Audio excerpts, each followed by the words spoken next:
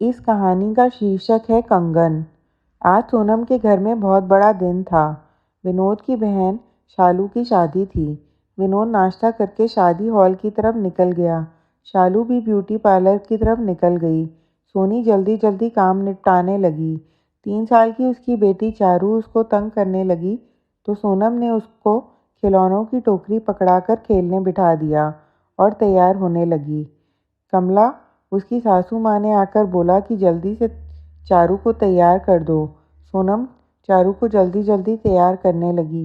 कमला जी उसका कमरा ठीक करने लगी और उठाकर चारू के खिलौनों की टोकरी अलमारी के ऊपर रख दी। सोनम ने चारू को तैयार किया और दोनों गाड़ी में बैठ हॉल की तरफ चल पड़ी। तभी सोनम का ध्यान अपनी सूनी कलाई पर गया। जल्दी जल्दी में कंगन पहनना वो भूल गई। झट से उसने अपनी बाजू साड़ी से छुपा ली।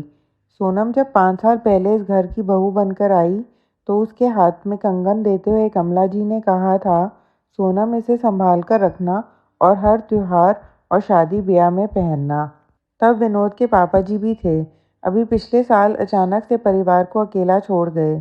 माँ जी तो बिल्कुल टूट गई थी। सोनम ने ही सास को बल्कि सारे घर को बड़े अच्छे से संभाल लिया था। जायदाद के नाम पर बस यही एक घर और एक प्लॉट था। विनोद के कंधों पर परिवार के अलावा बहन और माँ के खर्चों की भी जिम्मेदारी आ गई थी। जिम्मेदारियों के चलते गुस्सैल और चिड़चिड़ा सा हो गया था।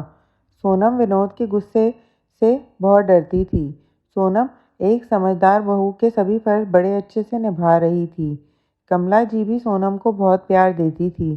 शादी में पूरा समय सोनम विनोद और निर्मला जी से अपनी कलाई छुपाती रही।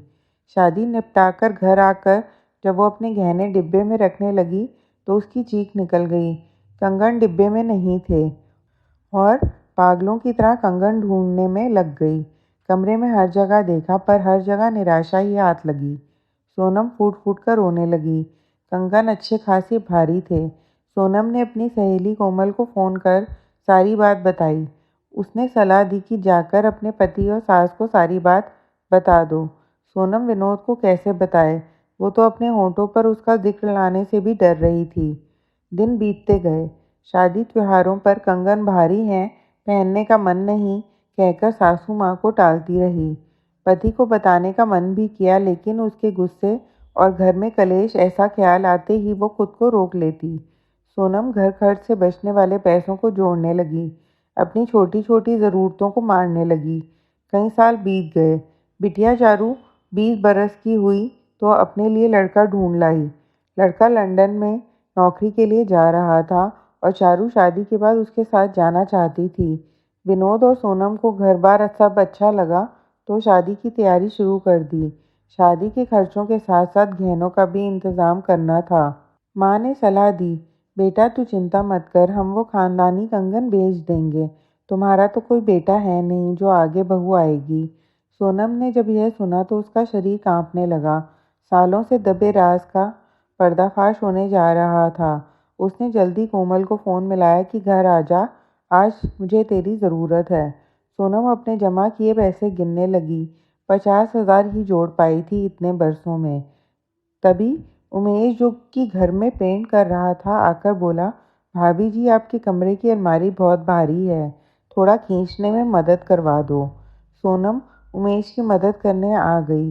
दोनों ने मिलकर जैसे ही अलमारी खिसकाई तो पीछे सोनम ने चारू के कुछ खिलौने देखे जो कि वो उस टोकरी से गिरे थे जो अक्सर वो ऊपर रखकर हाथ से धक्का देकर पीछे कर दिया करती थी। उमेश ने कहा, भाभी जी आप अपना काम कर लीजिए, ये सब मैं साफ कर लूँगा। सोनम जाने लगी। एक ठग की आवाज़ ने सोनम के पैरों को रोक लिया। ये आवाज़ कहाँ से आई उमेश? सोनम ने हैरान होकर पूछा। भाभी जी ये कोई गहनों वाला पाउच है, यहाँ से आई। सोनम को याद आया, इस पाउच के साथ अक्सर चारू खेलती रहती थी। सोनम ने जैसे ही उस धूल से भरे पाउच को खोला तो आंखें फटी की फटी रह गईं। उसमें वही दोनों कंगन थे। 3 साल की चारू जो उसके साथ बैठी खेल रही थी, उसने कब मेरे कंगनों को उठाकर पाउच में डाल दिया और पाउच अलमारी के पीछे कहीं अटका रहा। वो फूट फूट कर रोने लगी। उसका रोना सुनकर सभी आ गए। तभी कोमल भी आ गई और आकर सोनम के पास बैठकर बोली, क्या हुआ? सोनम ने उसके हाथ में वो पाउच पकड़ा दिया।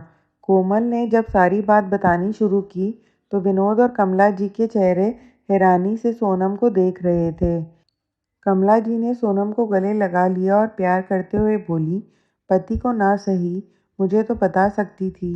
विनोद भी अपने गुस्से की वजह से थोड़ा शर्मिंदा दिख रहा था और सोच रहा था, काश उसने गुस्से के साथ पत्नी को विश्वास भी दिया होता।